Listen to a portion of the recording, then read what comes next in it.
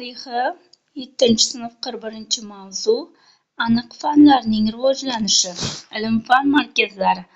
15-asrda Samarqand va Hirotda olimlar u fuzolovlar, shoirlar u bastakorlarning kattagina guruhi to'plangan edi.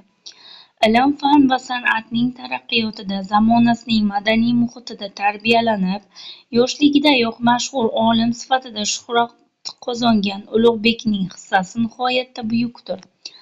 Ulug'bek mamlakatni boshqarish bilan bir qatorda ilmiy ishlar bilan ham shug'ullanadi. Olimlarning munozaralarida faol qatnashadi. Ulug'bek o'tmishdoshlari Ahmad Farg'oniy, Abu Nasr Farobiy, Muhammad Xorazmiy, Abu Rayhon Beruniy va Ibn Sino asarlarini batafsil o'rganadi. Bu buyuk mutafakkirlarning asarlari orqali u qadimgi Yunon olimlari Aflotun, Arastu, Gippar, Ptolemeylarning mumtoz asarlari bilan ham tanishadi. Astronomiya va matematika sohasida erishilgan buyuk muvaffaqiyatlar Temuriylar davlatiga katta shuhrat keltirdi. Bu shuhrat birinchi navbatda Ulug'bek nomi bilan bog'liqdir.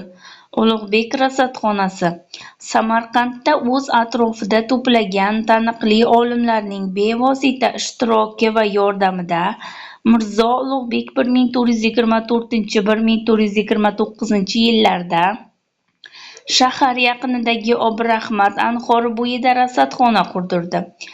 Hanuzgacha olimlarning qiziqishini uyg'otib kelayotgan bu ulkan imoratning balandligi 31 metr edi.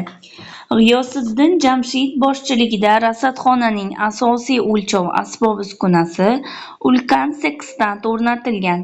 Samarqand sekstanti o'sha davrda Sharqda ma'lum bo'lgan sekstantlarning eng kattasi hisoblangan. Ulug'bek rasadxona qoshida zamonasining boy kutubxonasini ham tashkil etadi. Bu kutubxonada fanning deyarli hamma sohalariga tegishli qariyb 15 ming jild kitob saqlangan. Ulug'bekning faol ishtiroki bilan Ulug'bek rasadxonasi o'sha zamon sharoitiga mukammal astronomik asbob va uskunalar bilan jihozlangan oliy darajadagi ilmgohga aylanadi. Rasadxonada Ulug'bek bilan birga mashhur matematik va astronomlardan Aflotuni zamon deb nomlangan Qozizoda Rumiy, G'iyosiddin Jamshid Koshoniy, o'z davrining Ptolemeyi nomi bilan shuhrat qozongan Ali Qushchi va ko'pgina boshqa olimlar ilmiy kuzatishlar va tadqiqotlar olib boradilar. Xullas, Ulug'bek Samarqandda butun bir astronomiya maktabini yaratadi. Akademiya, oliy ilmiy tashkilot, rasadxona, observatoriya, osmon jismlari tadqiqoti uchun maxsus jihozlangan ilmiy muassasa va shu muassasa joylashgan bino. Sekstant osmon yoritgichlarining balandligini belgilash uchun mo'ljallangan ko'zgu qaytargichli asbob. Rasadxonada olib borilgan kuzatish va tadqiqotlar tufayli 1018 ta qo'zg'almas turg'un yulduzlarning o'rni va holati aniqlanib, ularning astronomik jadvali tuziladi. Rasadxonada olib borilgan tadqiqotlarning natijalari asosida matematika va astronomiyaga oid qator nodir asarlar yaratildi. Ulug'bekning shoh asari Ziji Jadidi Kuragoniyning yangi astronomik jadvali nomli kitobidir. Ziji Jadidi Kuragoniy asosan ikki qismdan keng muqaddima va 1018 ta qo'zg'almas yulduzlarning o'rni va holati aniqlab berilgan jadvallardan iborat. Ulug'bekning astronomik jadvali o'sha zamondagi shunga o'xshash jadvallar orasida yuksak darajada aniqligi bilan ajralib turadi. Shuningdek, Ulug'bekning yil hisobini hozirgi hisob-kitoblarga solishtirgudek bo'lsak, u bor yo'g'i 1 minut va 2 sekundga farq qiladi.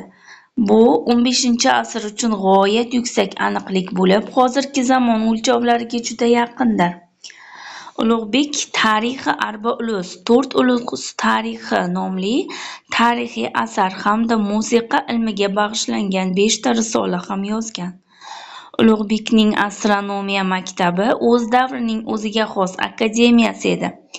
Ulug'bek tevaragida uyushgan 100 dan ortiq olimlarning o'z bag'rida yetishtirgan nomi Jahonga mashhur Samarqand rasadxonasi shu vazifani o'tagan. Mashhur fransuz faylasufi, yozuvchi va tarixchi olim Volter Ulug'bek Samarqandda bo'lib akademiyaga asos soldi, yer sharini o'lchashni buyurdi va astronomiyaga oid jadvallarni tuzishda ishtirok etdi deb yozgan edi. Ulug'bekning astronomiya maktabi o'rta asrlar musulmon sharqi astronomiyasining rivojlanishiga katta ta'sir ko'rsatdi. Samarqand akademiyasi 1004-yilda Xorazmda tashkil etilgan donishmandlar uyidan Ma'mun akademiyasi keyingi ikkinchi Dorul ilm edi. Bugungi mavzumiz ham juda qiziq mavzulardan biri. Sizlarga manfaatli bo'ldi degan umiddamiz.